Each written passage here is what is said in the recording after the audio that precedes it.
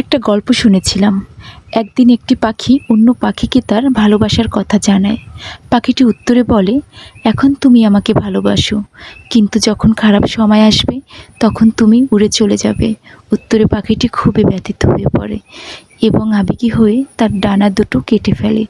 এরপর সে বলে, দেখো, এখন তো আর আমার কাছে ডানাও নেই, আমি কখনোই তোমাকে ছেড়ে যাব না। পর তারা একসাথে জীবন কাটাতে শুরু করে।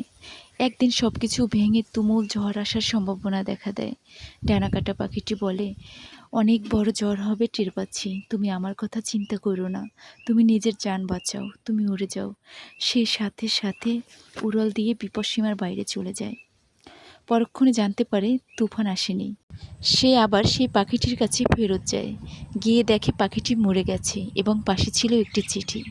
সেখানে লেখা ছিল, যদি তুমি উড়ে যাওয়ার আগে শুধু একবার বলতে, আমি চলে গেলে তোমার কি হবে।